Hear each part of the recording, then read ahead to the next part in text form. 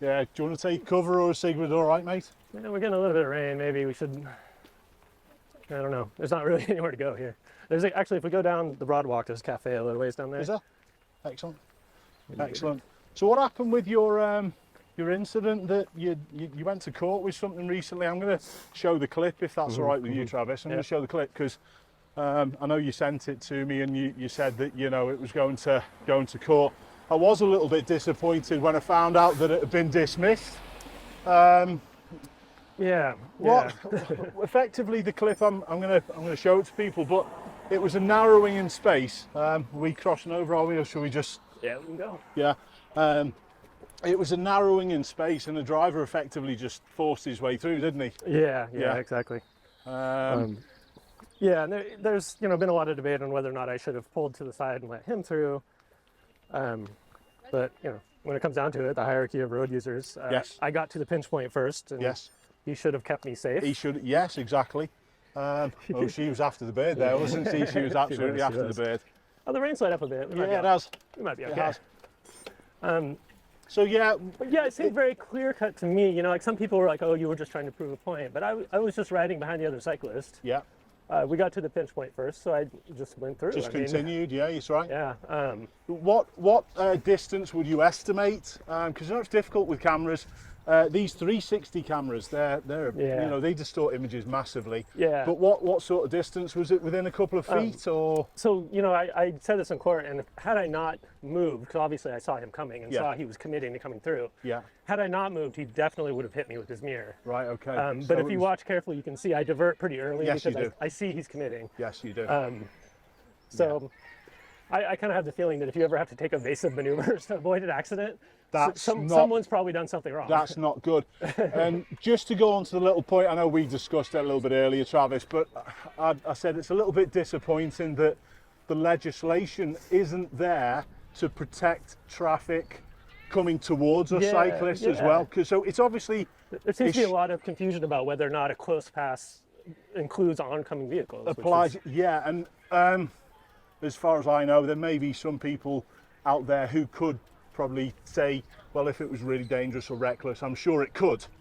However, it is just generally just the overtaking a cyclist, which requires the minimum of 1.5, and I think that's wrong. Well, you're obviously going to be the same way you're thinking as that. Yeah.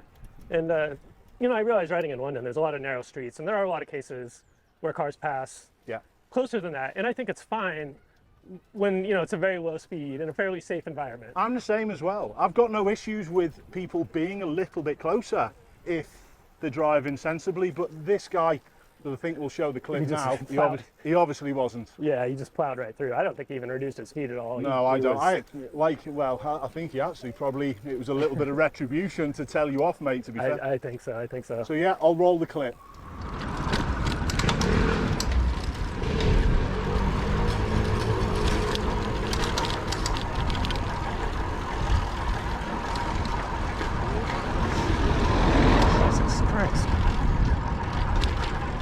Let's have a look at this one again.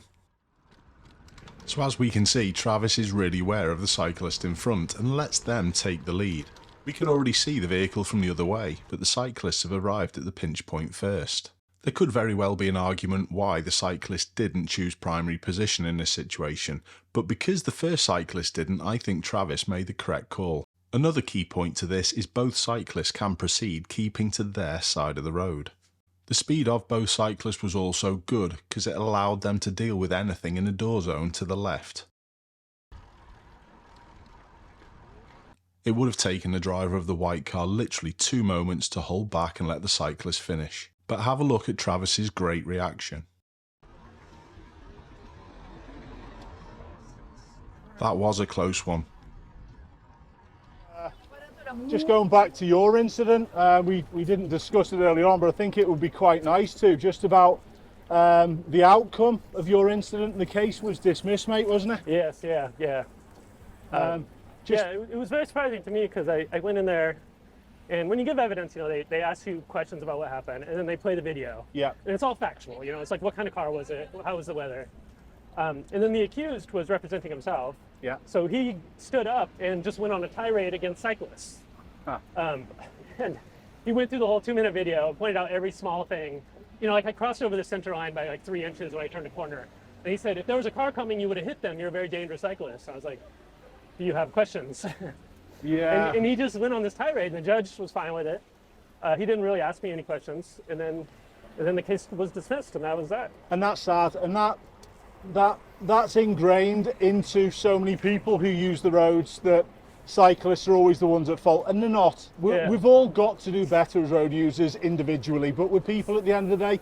But that, for me, is such a shame, because that was a dangerous incident, and the fella obviously did it on purpose. Yeah. But then it gets thrown out, and that's not the way we're going to move things forward either. Yeah, it was surprising, but you know, you have to know that there's a lot of things that can go wrong. It was dismissed. The prosecutor could have brought the wrong charges. Yeah. You know, there could have been bad paperwork. I don't know. There's any number of things. Yeah. Are you a part of this ingrained and unwarranted hatred towards cyclists? Well, if so, it's time to change. Keep safe, everyone.